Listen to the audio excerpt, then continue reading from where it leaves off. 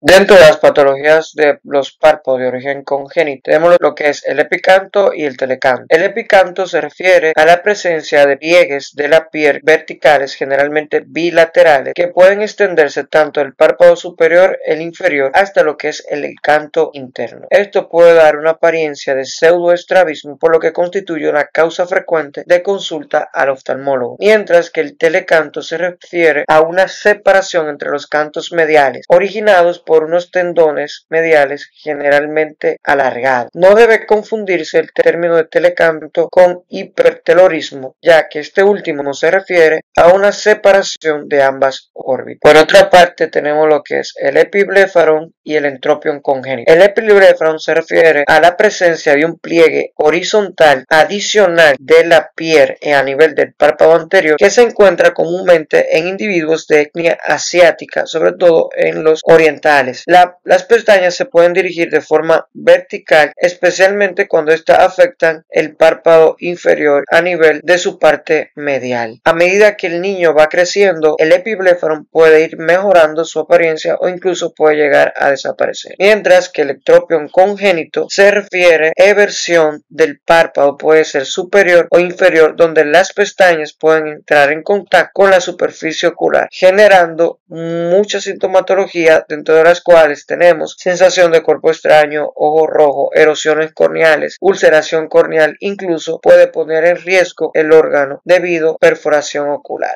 que pueden ocasionar. Es debido a esto que ectropion congénito es una condición que debe ser identificada a tiempo, tratada para evitar consecuencias que puedan poner en peligro la salud visual de los pacientes. El coloboma es una enfermedad poco frecuente unilateral o bilateral que se caracteriza por un defecto en el cierre o inferior, parcial o total, y puede afectar también lo que es el segmento anterior, el iris, el cristalino o el segmento posterior, como la retina y el nervio. Por su parte, el criptoftalmo se caracteriza por una ausencia de los párpados y este se ve sustituido por una membrana de pliegue que va a ocluir lo que es globo ocular. El ectropion se refiere cuando los párpados van a perder el contacto con el globo ocular y estos se van a evertir, poniendo en riesgo la superficie ocular, ya que esta queda expuesta, puede erosionarse y llegar a formar lo que es una úlcera corneal y concluir en una pérdida del órgano debido a una perforación ocular. Tenemos que esto va a ocasionar una exposición crónica de la superficie ocular. Aunado a esto va a provocar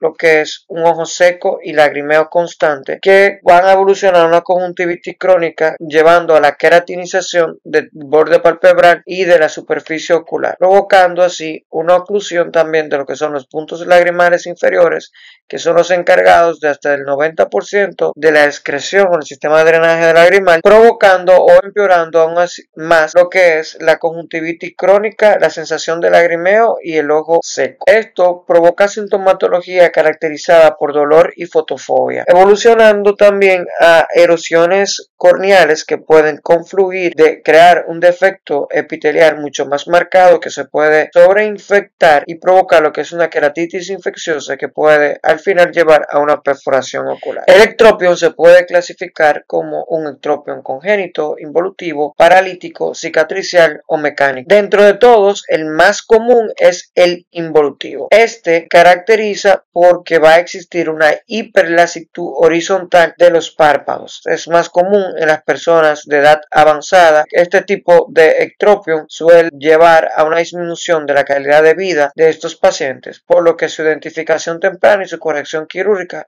es sumamente importante. ¿Cómo podemos evaluar la estabilidad del párpado inferior? Para eso podemos realizar varias maniobras, dentro de las cuales tenemos la maniobra de comprobación de estabilidad del tendón cantal lateral, donde con un dedo desplazamos el párpado inferior desde el canto externo hacia el canto interno y vemos cómo se forma esta especie de bolsillo o de pliegue que nos habla de una hiperlasitud del párpado inferior y de una falta de estabilidad a nivel del tendón cantal externo. La maniobra para determinar la estabilidad del tendón cantal medial. Pellizcamos a nivel del tercio medio del párpado y estiramos hacia lo que es el lado temporal del párpado y vemos el desplazamiento que ocurre a nivel del punto lagrimal inferior. Si este se desplaza hasta el limbo o más allá del limbo, podemos determinar que hay una falta de estabilidad a nivel del canto del tendón cantal medial. Las maniobras que podemos realizar es la prueba de tracción palpebral. Agarramos el párpado en el tercio medio y lo desplazamos hacia abajo. Luego lo soltamos y vemos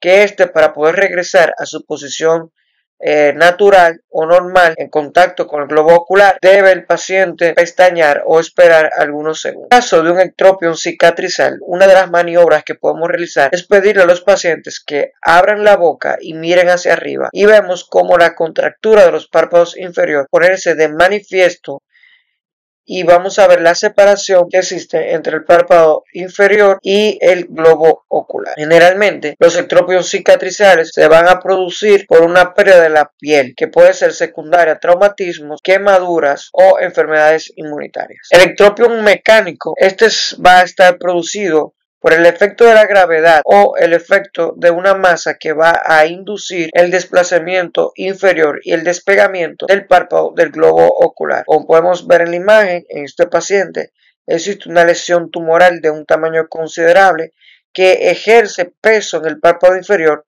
lo que contribuye a que pierda el contacto con el globo ocular, ocasionándole entonces un ectropion por un mecanismo mecánico. El ectropion paralítico, por su parte, se refiere a aquel que es ocasionado por la pérdida de tono muscular, por la afectación del séptimo par craneal, es decir, el par craneal facial.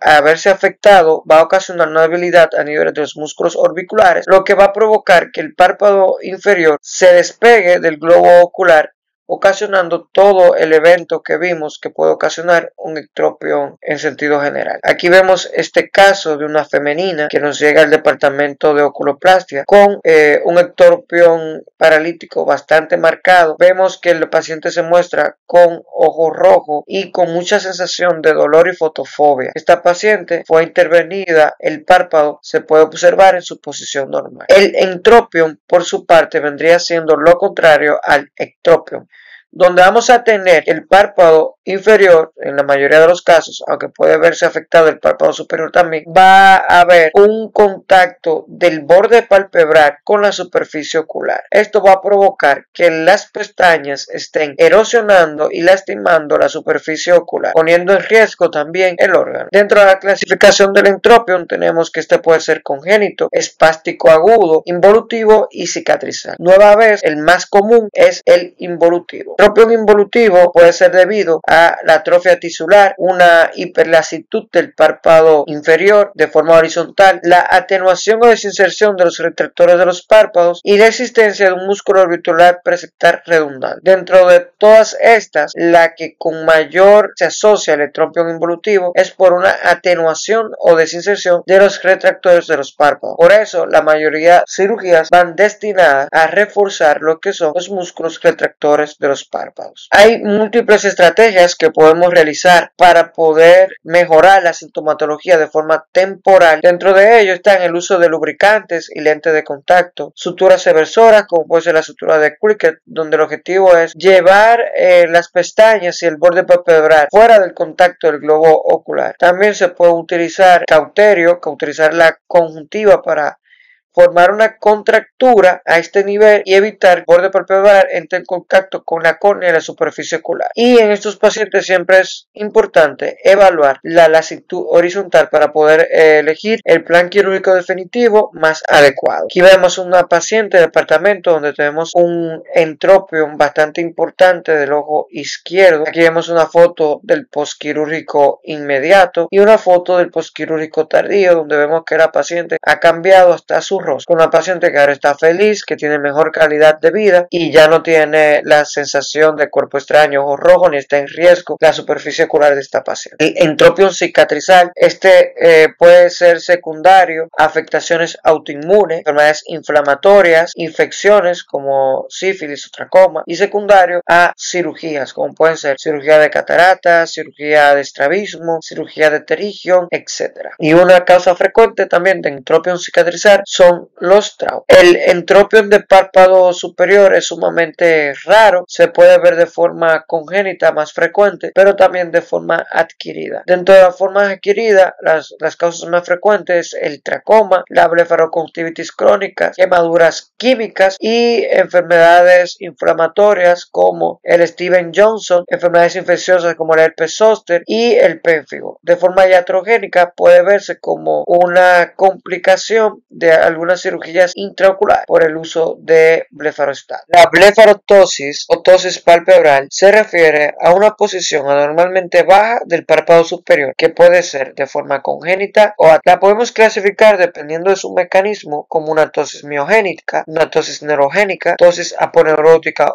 o involutiva. De forma general es importante hacer una buena evaluación clínica de la tosis y una de las primeras cosas que tenemos que realizar o identificar es la edad de aparición o de inicio, la duración de la tosis y qué tan afectado puede verse la calidad de vida de los pacientes o la visión de estos pacientes. A veces no existe realmente una tosis. Múltiples condiciones pueden simular una posición normalmente baja de los párpados. Una de estas condiciones puede ser un déficit a nivel del volumen orbitario, como ocurre en los pacientes de edad avanzada, donde ocurre una atrofia de los tejidos orbitarios. Otra de las condiciones que pueden simular una tosis palpebral es la retracción del párpado contralateral, la hipotropia ixolateral, una tosis de ceja o una dermatocalasia severa. Todas estas condiciones deben evaluarse al momento de la consulta para poder establecer un diagnóstico y un plan certero. Para nosotros evaluar correctamente una tosis palpebral y poder establecer un plan y manejo adecuado, es importante realizar una serie de mediciones con el objetivo de establecer la gravedad de la misma. Para eso es importante conocer el concepto de distancia margen reflejo. Este concepto se refiere a la distancia que existe entre el reflejo corneal y el borde palpebral, superior o inferior. La distancia margen reflejo 1 se refiere a la distancia que hay entre el reflejo corneal y el borde del párpado superior. Generalmente el borde del párpado superior descansa a 1 o 2 milímetros del limbo superior, mientras que la distancia margen reflejo 2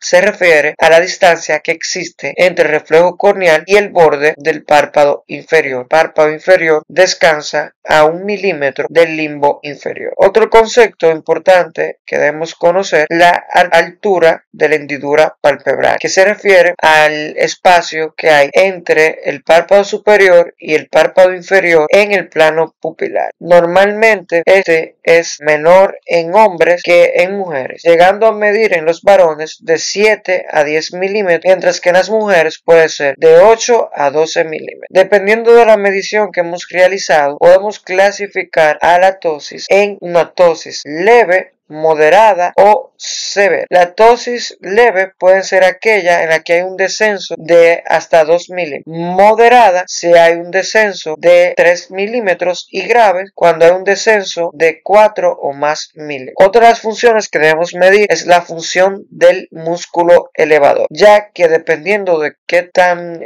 conservada esté esta función puede ser nuestro plan. Para medir la función del elevador es importante bloquear la función del músculo frontal y esto lo realizamos colocando el dedo pulgar firmemente a nivel del músculo frontal con el objetivo de bloquearlo. Le pedimos al paciente que mire hacia abajo, tomamos la medida que existe a nivel del párpado y luego le pedimos que mire hacia arriba y vemos el recorrido que ha hecho el párpado superior. La función normal del elevador se puede clasificar como una función normal cuando éste es capaz de levantar el párpado superior hasta 15 milímetros o más, buena de 12 a 14 milímetros, regular de 5 a 11 milímetros y una mala función del elevador o pobre función del elevador es cuando éste solamente logra elevar el párpado superior 4 milímetros o menos. Aquí vemos una foto de un paciente de departamento donde nos llama la atención que el paciente no tiene un surco palpebral definido y tiene una tosis severa, ya que esta está ocluyendo todo el eje visual del paciente. La foto del posquirúrgico inmediato, donde vemos que se ha liberado el eje visual del paciente y se ha formado el surco palpebral. La técnica que se ha elegido para este paciente es una suspensión al frontal. Debido debido a que podemos intuir por la foto que tenía muy mala función del elevador. Muy bien, ahora vamos a hablar acerca de las lesiones no neoplásicas. Las más frecuentes es el chalazion y el orzuelo. El chalazion se refiere a una lesión inflamatoria granulomatosa crónica estéril causada por las secreciones retenidas de las glándulas de meibomio y de Seyss, mientras que el orzuelo es una lesión inflamatoria aguda, generalmente dolorosa, que se puede acompañar de tumefacción, eritema y secreciones mucopurulentas. La blefaritis es la inflamación del borde palpebral y esta puede ser ocasionada por múltiples factores. La podemos clasificar como una blefaritis anterior o una blefaritis posterior. La blefaritis anterior, a su vez, la podemos clasificar en una blefaritis estafilocócica y una blefaritis seborreica. También puede existir una combinación entre blefaritis anterior y blefaritis posterior, denominada blefaritis mixta. Entonces, dentro de los signos más frecuentes de la blefaritis, tenemos a nivel de las pestañas los depósitos, collaretes o escamas, pérdida de pestañas o triquiasis. A nivel del borde palpebral, una de las manifestaciones más frecuentes, sobre todo en la blefaritis anterior y posterior, es la ulceración, la presencia de muescas. Pueden estos precipitar la aparición de orzuelos, más comúnmente en la blefaritis estafilocócica anterior. La conjuntivitis es frecuente también encontrar en el marco de una blefaritis anterior, sobre todo de origen estafilocócico, y en la blefaritis posterior por la presencia de secreciones espumosas. Estas pueden ocasionar lo que es el ojo seco o empeorar el mismo si ya el paciente lo padece. A nivel de la córnea podemos ver que la blefaritis posterior va a ocasionar muchas erosiones que pueden ser muy molestas y ocasionar también dolor y ojo rojo. La blefaritis anterior estafilocócica está asociada a la dermatitis atópica, mientras que la blefaritis anterior seborreica está asociada a la dermatitis seborreica, mientras que a su vez la blefaritis posterior está asociada a la dermatitis o el acné rosáceo. En estas imágenes podemos ver secreciones, collaretes y presencia de escamas en la base de las pestañas del párpado superior. Esto nos habla de una blefaritis anterior estafilocócica. En esta imagen podemos ver también la presencia de pestañas aglutinadas, probablemente secundaria a la blefaritis anterior estafilocócica también. Aquí podemos ver la presencia de partículas grasas que están ocluyendo la salida de la glándula de meibomio, lo que nos habla de una blefaritis posterior. Si también vemos la presencia de secreciones espumosas, como vemos en la imagen, nos habla de una blefaritis posterior. La presencia de secreciones en pasta de dientes o los puntos de salida de la glándula de meibomio ocluido, podemos intuir que el paciente está cruzando con una disfunción de las glándulas de meibomio que pueden ocasionar la presencia de una blefaritis posterior. El tratamiento de las blefaritis es muy controversial y en muchas ocasiones se tiene que hacer un tratamiento escalonado con múltiples medidas. Dentro de ellas, las principales van a ser la higiene palpebral, medidas locales como la colocación de compresas tibias varias veces al día con el objetivo de diluir las secreciones de las glándulas de meibomio.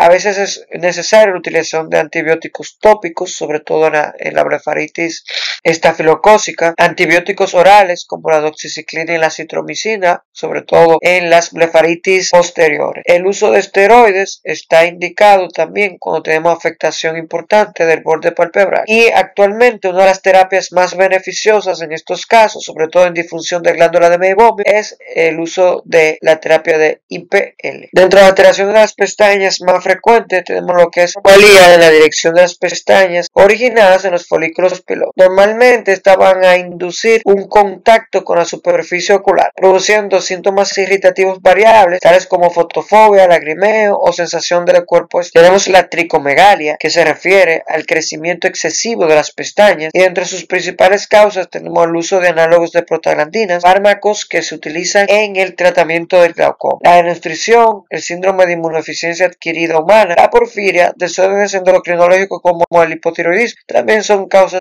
frecuentes de trichomoniasis, por su parte, a la pérdida de pestañas, y estas sus causas las podemos dividir en causas locales, enfermedades cutáneas, enfermedades sistémicas y por eliminación. Dentro de las locales, destacar que los tumores del borde palpebral infiltrativos son un indicativo de malignidad a nivel de el párpado cuando provocan madarosis. Las quemaduras y la radioterapia son también causas frecuentes de pérdida de enfermedades cutáneas como la alopecia generalizada de la psoriasis, enfermedades sistémicas como el mixedema, el lupus, la sífilis y la lepra. Y en algunos casos podemos ver que la madarosis es ocasionada por procedimientos que se utilizan para eliminación de triquiasis, la tricotilomanía, que es el arrancamiento de pelo por enfermedades psiquiátricas. La poliosis, por su parte, se refiere al encanecimiento prematuro y localizado que puede afectar tanto a las pestañas como a las cejas, y esta puede ser ocasionada por blefaritis crónicas anterior, oftalmía simpática y uveitis idiopática. Algunas enfermedades sistémicas que se han asociado a poliosis está el síndrome de Burkitt-Yagnaya-Arada, el síndrome de Waardenburg, el vitiligo, el síndrome de Marfan y la esclerosis tuberosa. Hemos finalizado el tema